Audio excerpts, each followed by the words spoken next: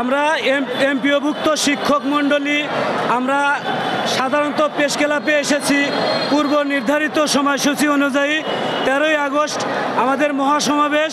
এই সমাবেশের মাধ্যমে আমরা আমাদের চাকরি জাতীয়করণ আশা করছি এবং আমাদের 10 জন প্রতিনিধি দল অলরেডি সচিবালয়ে গিয়েছে এবং উপদেষ্টাদের সঙ্গে মিটিংয়ে বসেছে। ওখান থেকে আশা করছি আমাদের জাতীয়করণ আজই ঘোষণা আসবে। যদি না আসে তারপরেও উপদেষ্টা পূর্বের উপদেষ্টা জনাব মোহাম্মদ ওয়াহিদুজ্জামান স্যার আমাদের আশ্বাস দিয়েছিলেন যে সরকারি নিয়মে বাড়ি ভাড়া, মেডিকেল ভাতা এবং শ্রান্তি বিনোদন ভাতা এই আগামী অর্থবছর থেকেই কার্যকর করব।